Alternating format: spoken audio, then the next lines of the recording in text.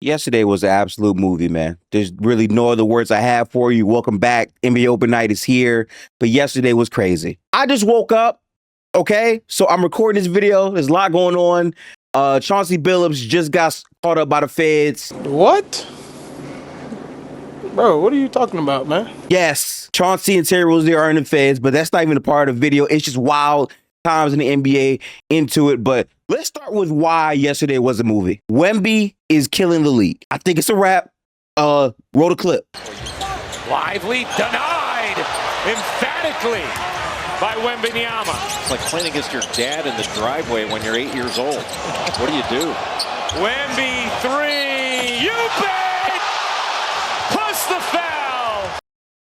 Like, what do you do about that? Can someone in these comments tell me, what do you do about that when Wemby is treating Anthony Davis and the Dallas Mavericks front court, which is supposed to be made for defense, destroying them, eviscerating them, 40 and 15 with no turnovers on day one, opening night? We back, man. And I'm so happy to be back covering basketball. I watched a lot of basketball yesterday, but we got to start there because that was by far the scariest performance I saw. As we know, all offseason, he's been training with the Monks, Rayshad Gould, all this type of stuff. Kevin Garnett, like he's had a very varied sense of people to help him. Hakeem, right? To really get him more fine-tuned. And if his offense is going to look like that, with him being the best defender in the world, he was my preseason pick for DPOY, the league is done. He is just so amazing at basketball. And even beyond Wemby, the Spurs as a whole look pretty solid. Stephon Castle looked really, really good. So did Harper, their rookie, which makes you question De'Aaron Fox. I know I might sound frantic, but I promise you I'm not. This dude is 7'7", and he's doing everything on a basketball court. He's blocking shots. Flagg with some haste, surges and gets denied. He's reverse dunking. Overall pick gets it into Wembanyama, guarded by Washington. Wembanyama the fake, the reverse. He's throwing down alley-oops. So yes, Powell thrust into action. Wembanyama, oh my! He's getting and ones. Wembanyama working Davis, spinning, taking, hitting, plus the foul. He's killing Anthony Davis. Wembanyama fakes the three, dazzles, spins, fades. Why not?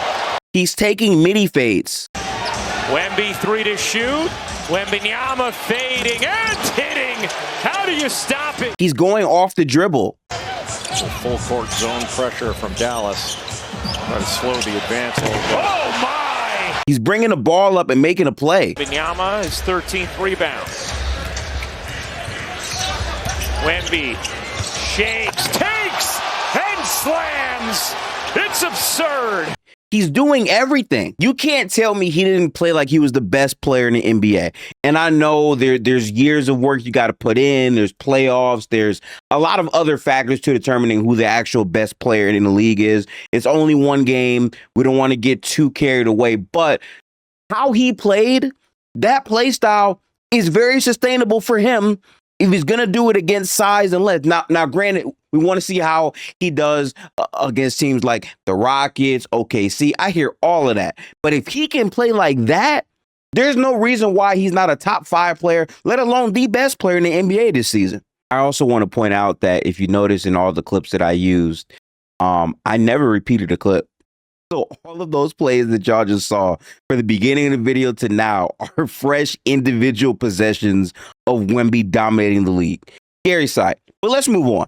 On the Mavericks side, I think we saw a lot of the flaws that their team has. I mean, they don't really have a guy that can competitively dribble the basketball outside of maybe D'Lo, and even then D'Lo wasn't really that great. Cooper Flagg at point guard, first game, didn't really have a great game.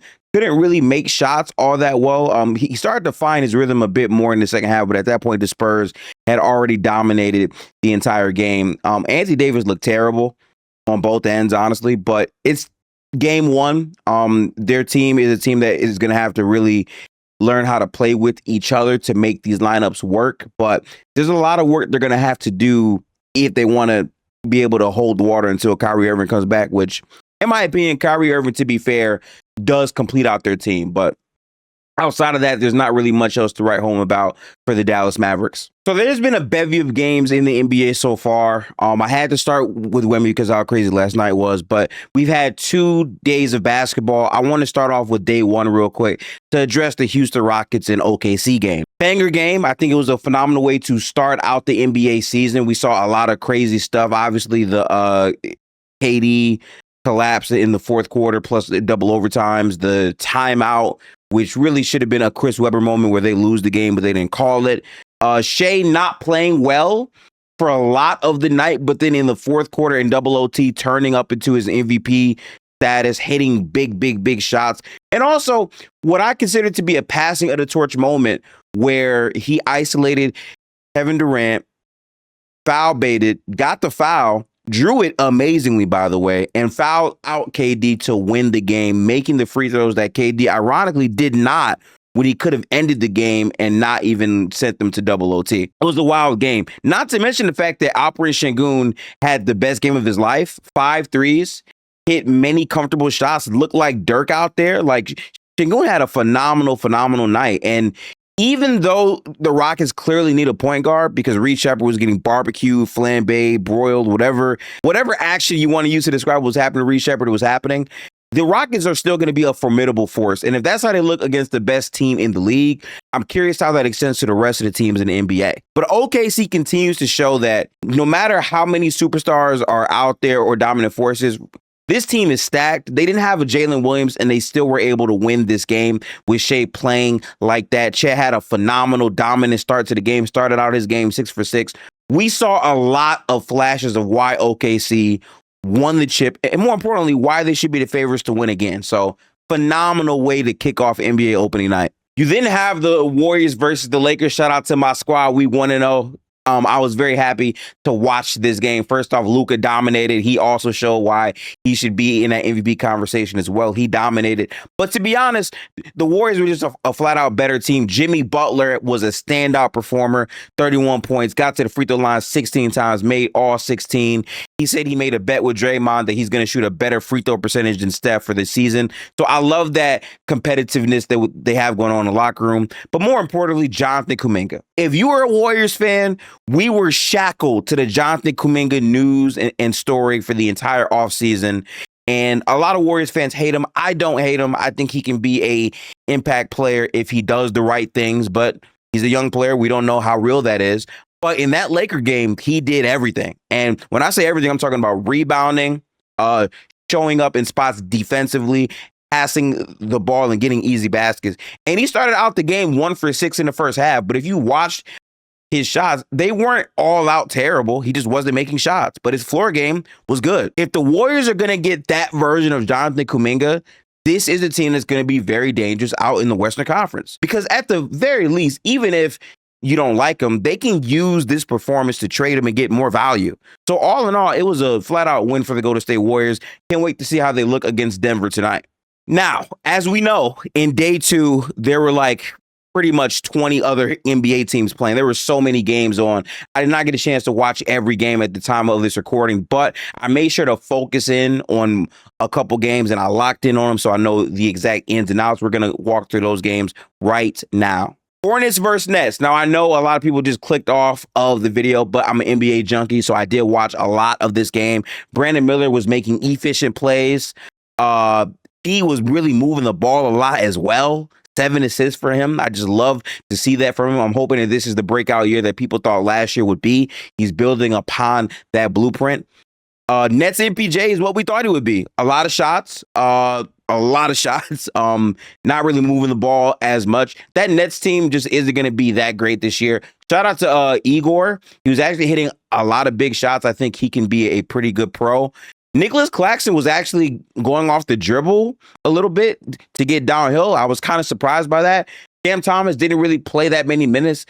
It was a hard game because the Nets got cooked. I think my biggest standout are 2 players, Moussa Diabate and Ryan Kalkbrenner. If you're a Hornets fan, you got to be elated at how those two played. Ryan Kalkbrenner is the guy that I was super high on coming into the draft. And for a rookie player, he made some great plays defensively. He looked good offensively in spurts as well. And G.O.A.T, I just love the motor and the energy that he plays with on the offensive glass. He just does so many positive things that you need a winning impact center to do. And it was fun. I think the Hornets are going to be fun this year, man. I really, really do. So make sure to tap in with them. The next game that I watched was the Heat and the Orlando Magic. Pretty good game, man. Franz looked really, really good at the start. Paolo didn't really look as effective as people have been saying all summer he will look. But again, it's literally the first game. I think the big three overall showed up. To me, the game ball has to go to Wendell Carter. The Heat for most of the night were out rebounding the Magic pretty severely. But in the fourth quarter, Wendell Carter showed up and hit some very important seals, box outs, and got crucial rebounds to help the Magic survive the Heat. Because Norman Powell, like, to start his Heat tenure, for him to go off the way that he did in the first quarter, again, the Heat have no Tyler Herro. It was so important down the stretch to get those boards. And you kind of ask yourself, last year, the Heat had a similar problem where they needed more size on the floor and Spo just didn't want to do it. Ware was not present at the end of the game for size, and they lost those rebound battles. So to me, it's a little tough, but the Heat did battle. They really did compete. And again, without Tyler Herro, who's probably their best offensive player, that's a very competitive loss for the Heat at the very least. So it's going to be a fun year to say the least, but the Magic do look like a pretty good team. We'll see how things continue to carry themselves as we progress throughout the season. Moving on to 76ers Celtics. Man, this was a great game. We just talked about Cooper Flagg and his debut at the start, but VJ Edgecombe is the runaway rookie of the year right now off game one. We're just only focused on their debuts. VJ Edgecombe had a very great showing. Philadelphia, with all their injuries and inconsistent play and all this and all that, they needed to get a guy that could simply be athletic. Be an athlete, right? Like run up and down the floor, get rebounds, compete defensively, move the basketball, and hit shots. That is what VJ Edgecombe did for his entire debut. I'm pretty sure he broke the debut record set by, I think, Allen Iverson. It was some crazy stat like that he broke. And he just dominated, man. And to me, he's shown that he deserves to start. I know it's one game, but he looks so NBA ready. In the backcourt of Tyrese Maxey and VJ looks like a significant backcourt for the future, even without their best player, Joel Embiid. And if we're going to talk about the game, we do have to address Joel Embiid. He did not look great. He was moving very sluggish out there. Honestly, on both ends, he looked like a negative to me. He didn't really make shots at a high level. It was a very rough showing. And I want to give him some grace. Like, he hasn't played basketball in many, many days. It might take some time for him to build up his confidence and his rhythm, but he looked very, very, very delayed. And I kind of feel like if that's how it's going to be, I would want to sit him longer to start the season if that's how it looks. But first game, we'll see how these things shake out. All I know is if VJ Edgecombe can be this force with Tyrese Maxey and they can get at least 50 plus games out of Joel Embiid with Paul George coming back, this team could actually be a very competitive team in the Eastern Conference this year. So we'll see what happens. On the Boston side of things, I think there's some things to write home about. Derek White didn't shoot the ball particularly well, but he still showed his two-way impact. Boston was in this game all the way through and through. Jaylen Brown had some really good plays. He was creating some solid separation. I just think that with Boston, their front court rotation is going to be a little bit harder to manage for the year. But Boston looked like a poised team. Even though they lost, this is a team that is not a bottom feeder. I think they're very capable of beating teams in the NBA. I think they're going to be super duper competitive, and they're going to probably be better than a lot of people thought they would be. They absolutely competed in this game and almost had it if Tyrese and VJ don't go off for 40 and 34 respectfully, right? So Boston's going to be a team that I definitely keep an eye out for, but great debut games for both teams. So as I said, there were a ton of games. I don't want to cover every game that I didn't fully watch, but the other game that I'll highlight to end out this video has to be the Minnesota versus Portland game. It was amazing, guys. I mean, the defensive battle between both teams was super fun to watch. Tumani Kamara just continues to show how impressive he is as a defensive player. He was really, really, really, really good. Donovan Clingan also had some great moments in his game as well.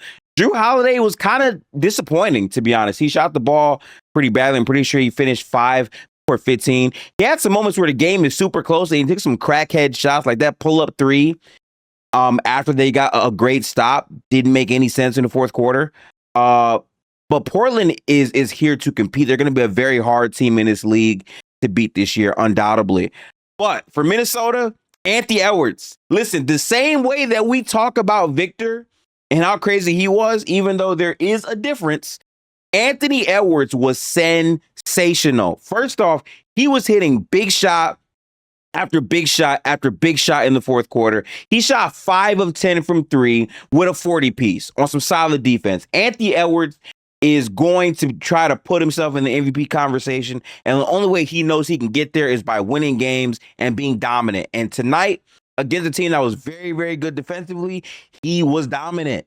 So this was a very fun game to watch all the way through and through. Also, shout out to Jeremy Grant.